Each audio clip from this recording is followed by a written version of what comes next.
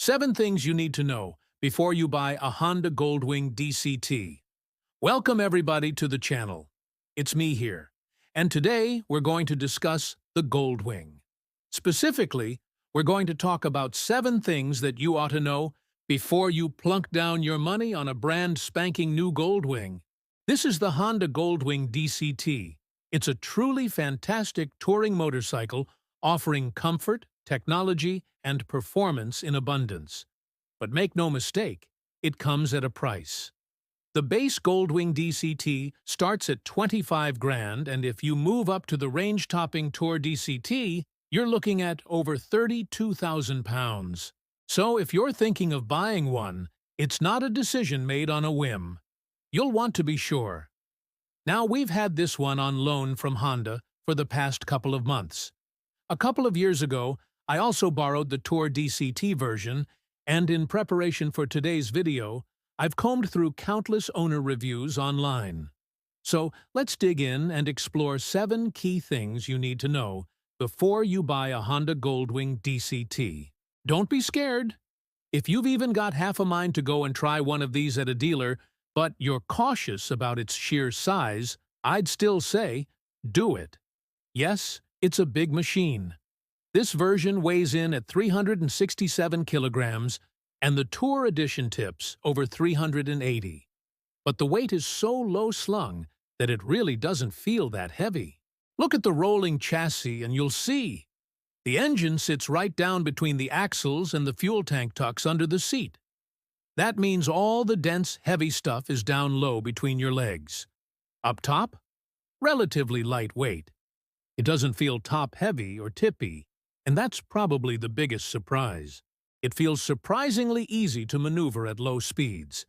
Now, if you're still concerned, the DCT system will put your mind at ease. It uses 2 gear sets and 2 clutches to shift automatically, seamlessly, and incredibly smoothly. No clutch, no shifter pedal. The Gold Wing just takes care of everything.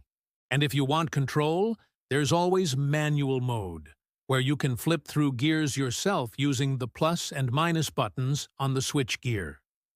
Plenty of fun when the road opens up. But one of the most impressive features?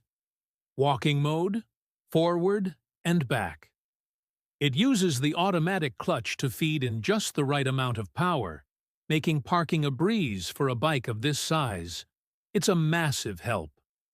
Out on the road, the Gold Wing is super comfortable. The wide, pulled-back bars give you that commanding riding position. The mirrors, almost car-like in their folding design, deflect a good deal of wind off your hands. The seat? Like a tractor, broad, cushy, supportive. Now, one thing to note. The flat 6 engine layout rules out proper forward foot controls or highway pegs. There are aftermarket options, but they're not elegant. Personally, I prefer mid-controls, and they keep your legs warm on a cool day. But taller riders, test it before you commit. I'd also recommend the tall touring windscreen accessory.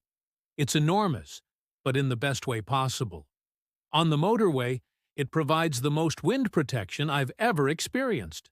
Keeps you dry, keeps things quiet, and with a button, you can lower it for a breeze around town.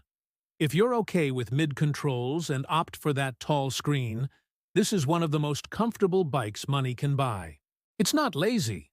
Out comfort aside, this is no lazy cruiser. That 1.8-liter flat-6 engine is buttery smooth at motorway speeds, but it also packs serious torque and a healthy top end. Now, if you test ride one in DCT Auto mode, it tends to shift early for efficiency. But flick it into Sport mode, and it holds gears longer.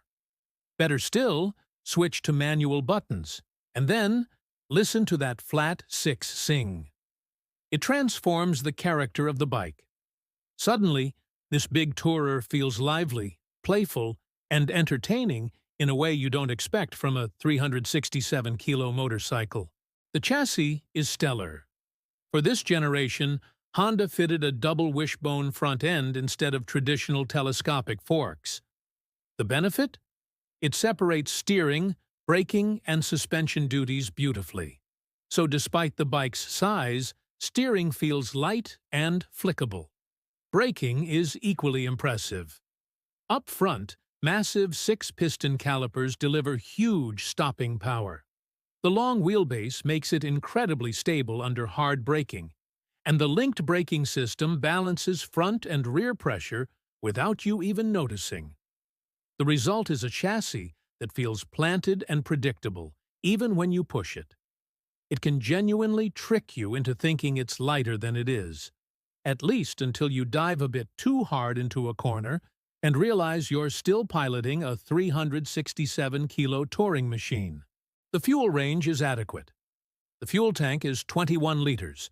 Not small, but not huge either, especially for a 1.8-liter engine. Ride steadily, and you'll get a couple hundred miles. Push it harder, and you'll see less. Compare that to the BMW GS Adventure, with its 30-liter tank and efficient shift-cam engine, and the Goldwing does fall short for ultra-remote tours.